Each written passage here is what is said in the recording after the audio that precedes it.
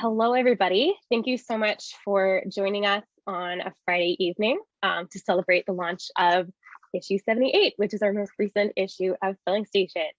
I've met many people that are in the Zoom call before, but in case I haven't, my name is Amy LeBlanc. I'm the current managing editor of Filling Station.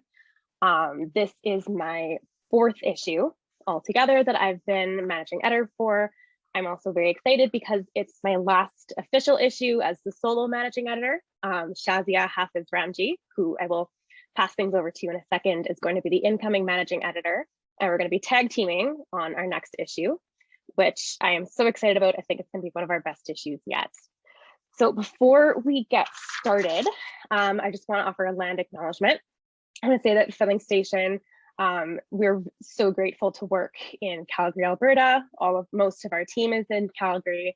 The magazine tends to feature a lot of Calgary artists. We try our best to be as local as we can.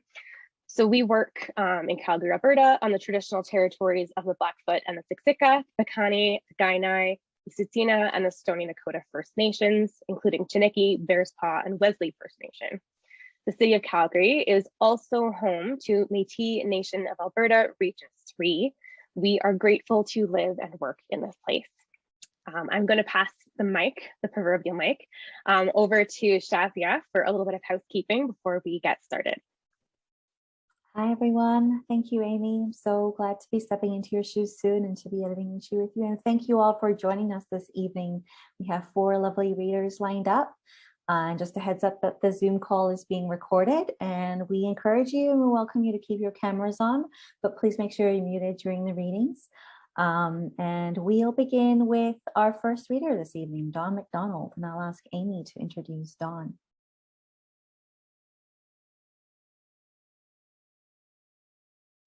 I will remember to unmute myself for the rest of the evening. Okay, so our first reader is Don MacDonald, who lives in Whitehorse, Yukon, where she was raised off the grid. She holds a degree in applied mathematics and used to know a lot about infinite series. Her poetry has recently appeared or is forthcoming in Asimov's science fiction magazine, the Malahat Review, and Strange Horizons. Please take it away, Dawn. Thank you, Amy. And I also just wanted to express how much I appreciate the opportunity to take part in an event like this through Zoom, which I would not normally have the opportunity to do if it were being held in Calgary, Alberta. So I really appreciate that opportunity coming from Whitehorse, Yukon, which is on the traditional territory of the Kwanlundun First Nation and the Tonquachan Council. I'm going to read 2 short pieces from the issue, and the first one is called The Mind. Mechanization. Mysticism. The mind is a flame. The mind is a computer. The mind is a god whispering in your ear while the wind blows through your chest. The mind is an IoT refrigerator that is out of milk, and the milk is whatever you think it is.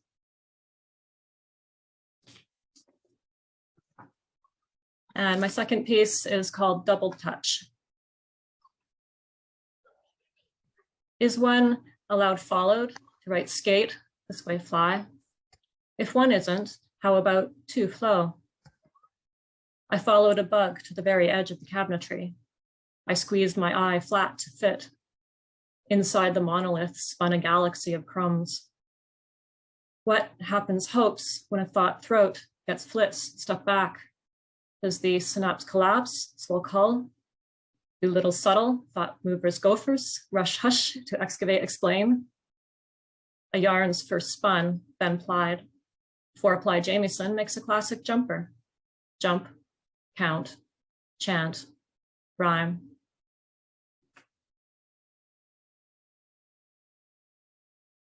And I will pass it over to I guess, Amy to introduce our next reader. That's such a gorgeous measured reading. Thank you, Dawn. Our next reader is Erica Simmonds. Erica Simmonds is a graduate of the Writers Studio at Simon Fraser University and the Emerging Writers Intensive at the Banff Centre for Arts and Creativity. Her short fiction has been published in the Dalhousie Review, Into the Void, and Everyday Fiction. Originally from Ottawa, she currently lives in Vancouver. Welcome, Erica. Thank you, Shazia. I'm going to be reading my short story from the issue called Pearl.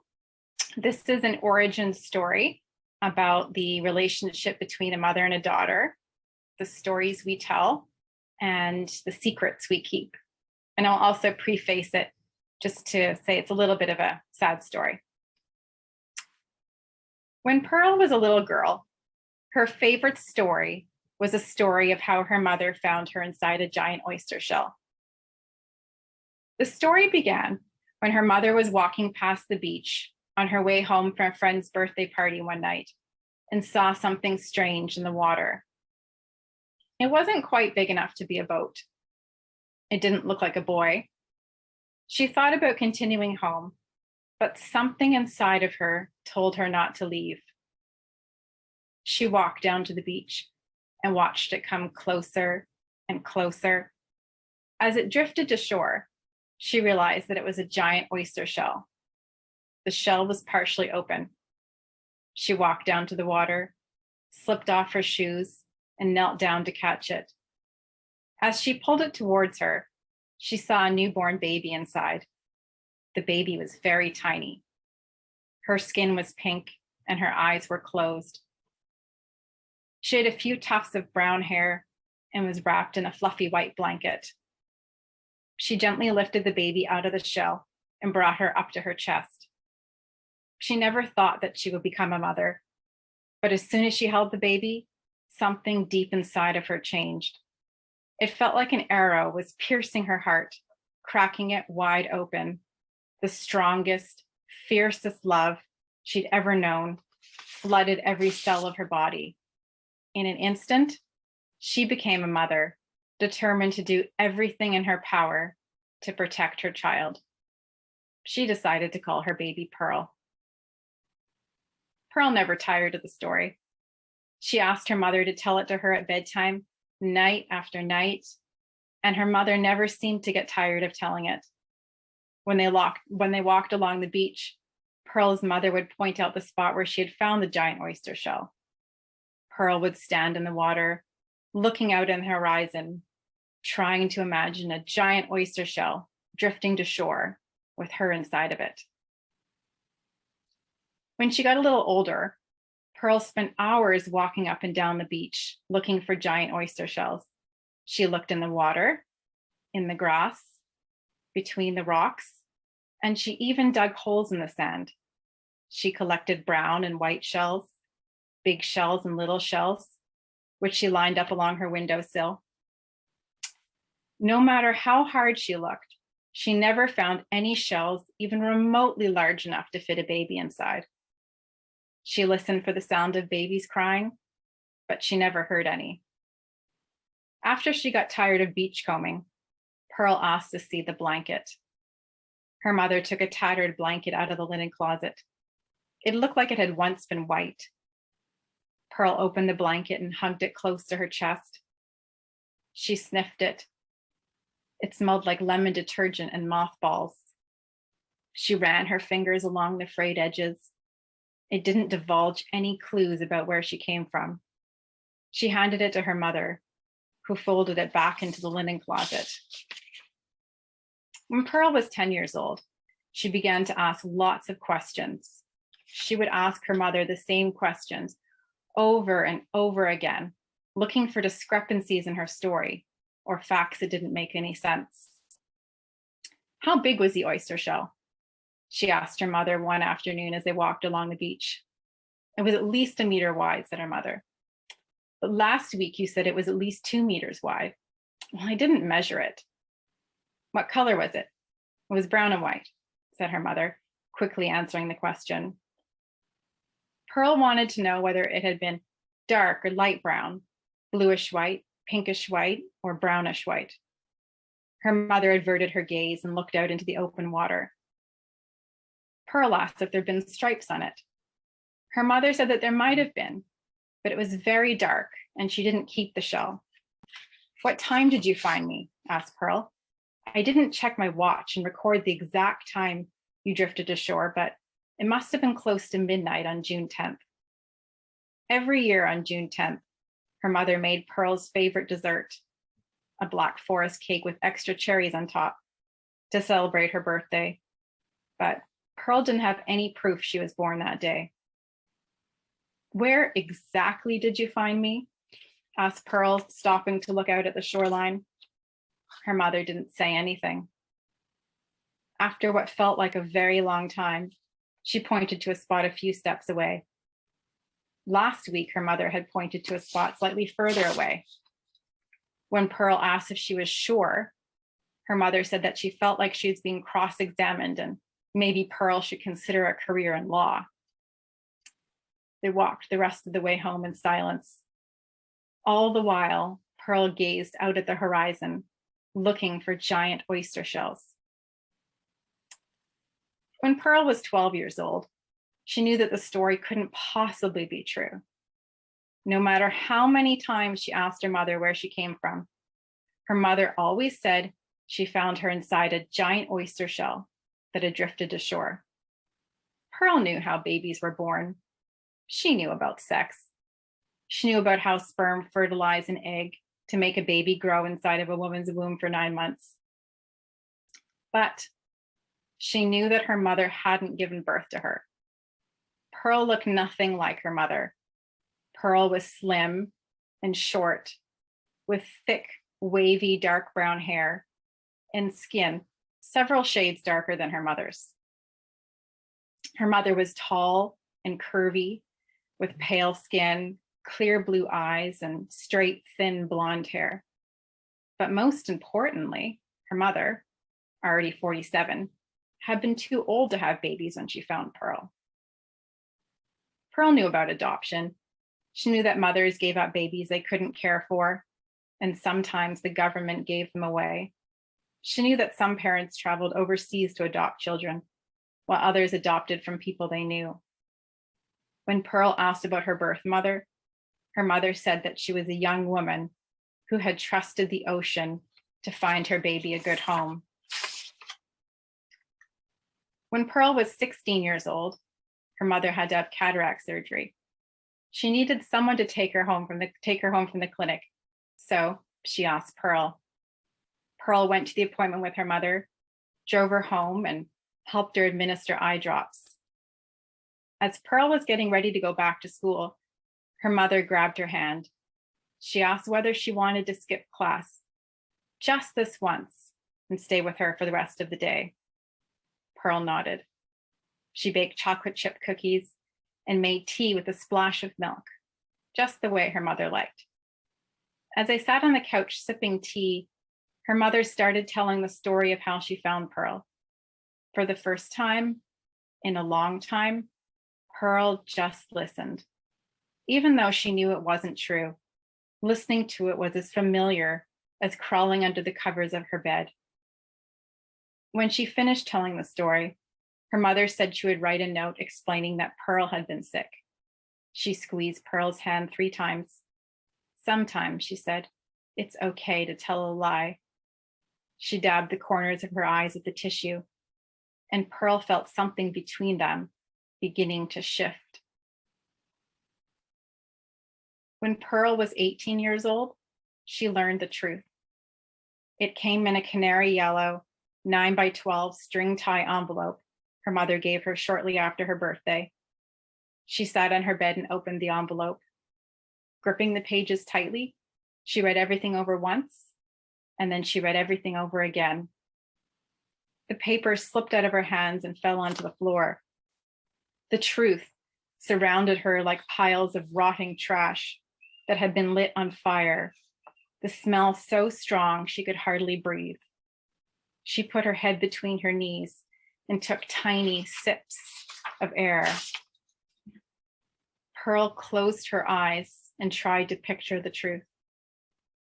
She saw her mother walking home past the beach one evening. When she heard a strange sound, she stopped walking. She thought about continuing home, but something inside of her told her not to leave until she found out what was making the noise.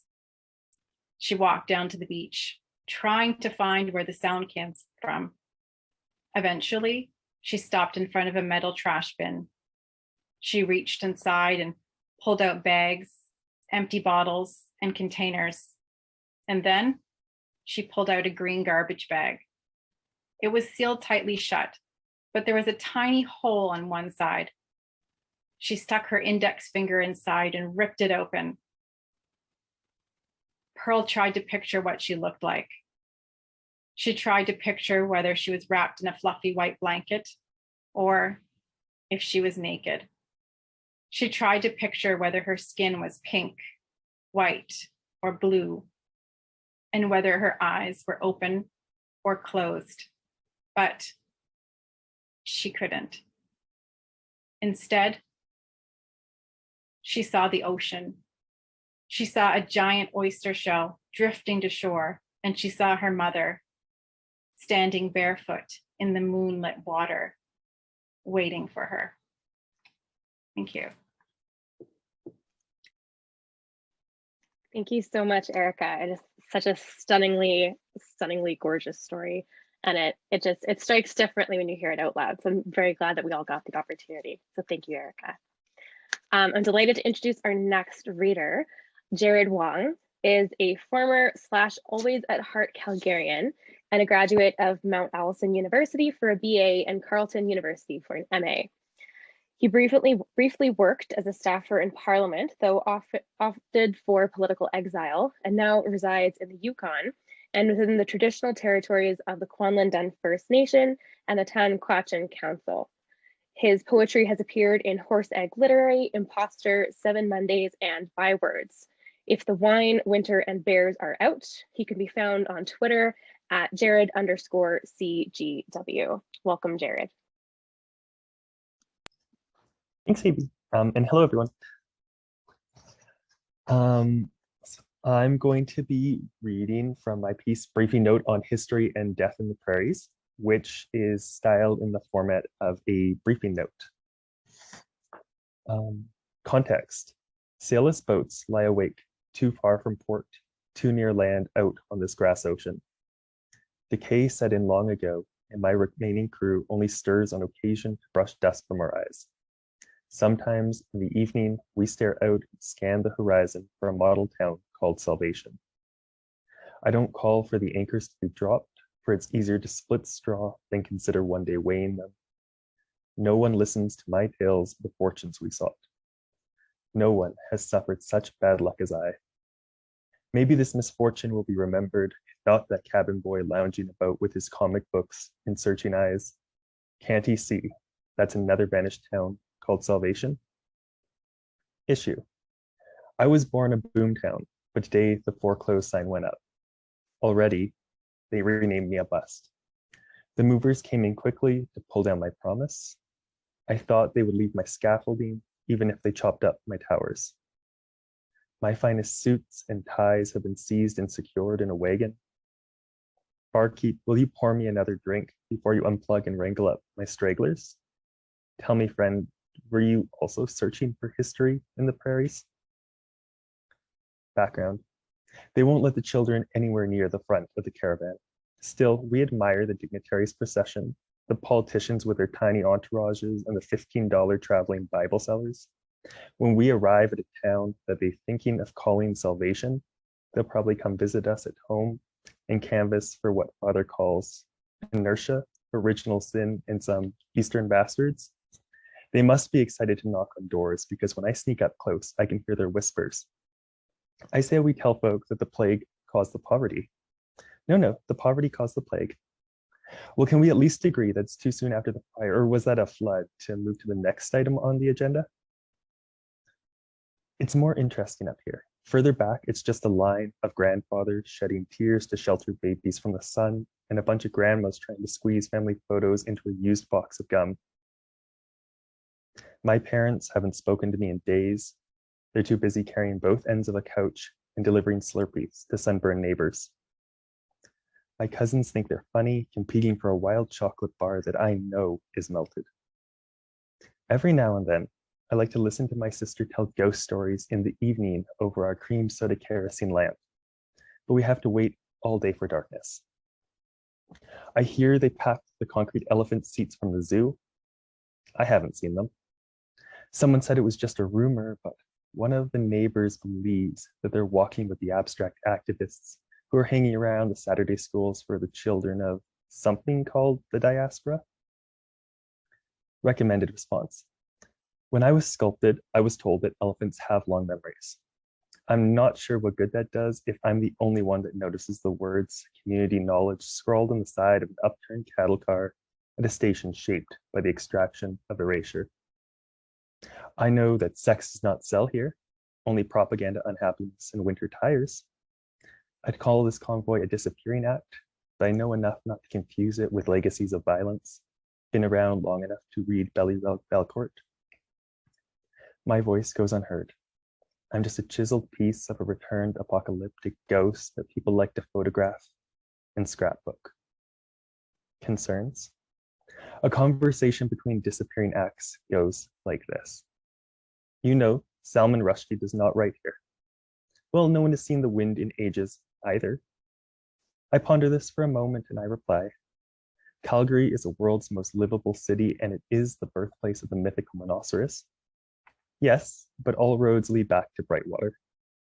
When I was a kid, my mom told me this is a place where balloons return from the stratosphere. That's because this is a place of faces and gods that never deal with reinvention.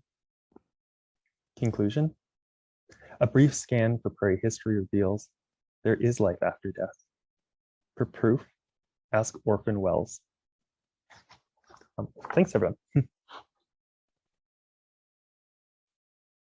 Thank you, Jared, for that great reading. I love that briefing and the form that you've chosen too. It's really innovative and creative. I've never thought of a story in this kind of form before and still so seamless. Our final reader for this evening is Jeremy Luke Hill. Jeremy is the publisher at Gordon Hill Press, which is based in Guelph, Ontario. He's written a collection of poetry and short prose called Island Pieces, along with several chapbooks and broadsheets. His writing has appeared in Arc Poetry, The Bull Cup, C&Q, CB2, Event Magazine, Filling Station, of course, Free Fall, The Goose, Hamilton Arts and Letters, The Maynard, Paper Plates, The Puritan, Queen Mob's Tea House, The Rusty Toque, The Town Crier, and The Windsor Review. Please welcome the widely published Jeremy Luke Hill. Thank you so much. I do actually want to start with some thank yous. One of the things that I really enjoy about the whole Zoom experience, despite all the drawbacks, is that I get to kind of meet people from all over. I don't normally get to read with people from the Yukon or Calgary, and that's really great. I appreciate that a lot. And I also appreciate Filling Station a lot because there aren't a lot of magazines out there who will sort of take some of these things or even consider them. So when when I write a poem written entirely in citations to other people's poems, I say, where do I send that? And then I go, oh, maybe Filling Station will look at it. And I really do appreciate the role that magazine plays in fostering unconventional work. I appreciate that a lot. Before I start, I want to sort of throw out to you that in my hat as publisher at Gordon Hill Press, we're always looking for innovative writing, especially poetry, but also nonfiction and fiction. So if you've got a manuscript, look us up at gordonhillpress.com and send me something. I'd love to see it. So tonight I'm going to read something called The Addendum to My Last Will and Testament, containing chiefly my instructions for Poetry Nation Party. And I think there's a little video explaining where that came from, so I won't introduce it more than that. I'll just read it. And as far as I know, this is a legally binding document because it's not been published. I don't know. We'll see. When I die, I might have to return it to old issues of Filling Station. I, Jeremy Luke Hill, on this 26th day of January 2021, currently residing in the city of Guelph, Ontario, being of sound mind and memory, at least as sound as they're likely to get, being over the age of 18 considerably, not being actuated by any duress, menace, fraud, mistake, or undue influence, do hereby make, publish, and declare this addendum to the last will and testament that I made some time ago and is probably lying around my house somewhere. You'll have to ask my wife. If you can't get this stuff right, I swear that I'll come back and haunt you in small but infuriating ways for the rest of your lives, like making sure that you hit red lights at every intersection and that the waiter fucks up your order at every restaurant. So help me. 1. Cremation. When you cremate me, as cheaply as possible, I wish my ashes to be put in a funky yet inexpensive container, preferably something found at a thrift store on your way to the funeral home. Don't pay the funeral home a single red cent, whatever that means, for any of the other services that they offer in order to prey off the living in the name of the dead, including but not limited to the following: providing a casket, embalming, dressing, hairdressing. I wouldn't pay for that while I was alive, and I certainly won't when dead. Applying cosmetics, sewing a burial shroud, casketing of remains, running funeral services or visitations, transferring the remains to the cemetery, transporting clergy and family to the cemetery, using a funeral coach or hearse to transport the casket, providing a general duty vehicle for administrative tasks, digging a burial plot, installing a burial vault, providing a cremation urn, printing a stationery package, installing the grave markers, providing the monument, inscribing the monument letter, setting the monument, publishing newspaper notices and obituaries, posting online tributes and obituaries. I'm sure these will be springing up spontaneously anyway. Opening the grave, closing the grave, providing a guest registry, paying the clergy honorarium, paying the organist and soloist honoraria, providing catering, attending services located elsewhere in the funeral home, providing perpetual care, which I mean is clearly impossible on the face of it anyway, and so forth. I neither need nor want any of this bullshit. 2, party. There will be no funeral, memorial service, graveside service, or any similar event by any other name. There will be only a party, which will have the following conditions. A, invitations. Everyone is invited, everyone without exception. So long as they can adhere to the remaining conditions, they can come.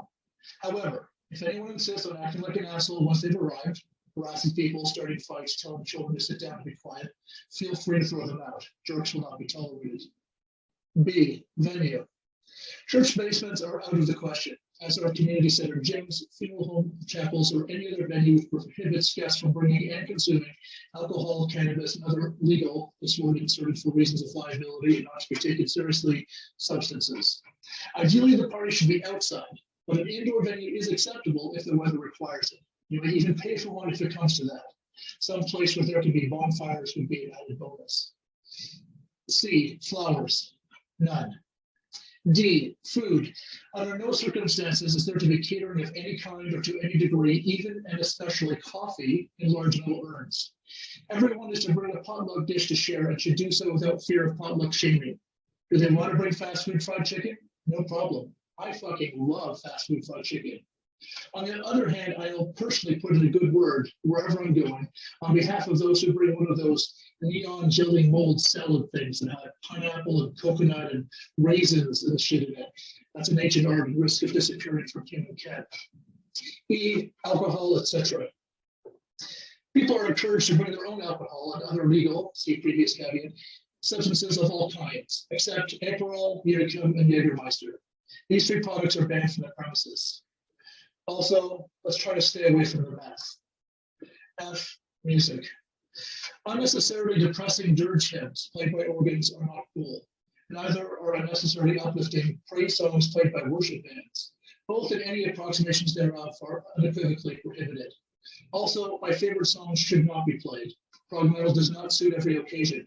However, people should feel free to bring their own instruments and play whatever amuses them, with the understanding that country music is a plague on eardrums everywhere and should amuse nobody ever. And pop music's hardly ever worth your time. And virtually all rap that ends up on the radio is shit. And electronica might exactly suit the event either. So use your discretion, I guess. G, program. Let's steer away from anything resembling a formal program. No sermonizing, no eulogizing, no processions or greeting lines. Just have one of my brothers be the MC with a mic and an amplifier. If my brothers are all dead too, fuck, I hope I don't live that long, make one of my kids do it. People could just come up and read a poem if they've previously been published as a poet, or tell a story about some stupid thing I did one time, or play a song if they've been previously recorded as a musician, or tell a terrible joke, or say a prayer, or, something like that. If nobody wants to do anything, fabulous, get back to the party. If everybody wants to do something and it takes all night, tough shit. Everyone gets a chance.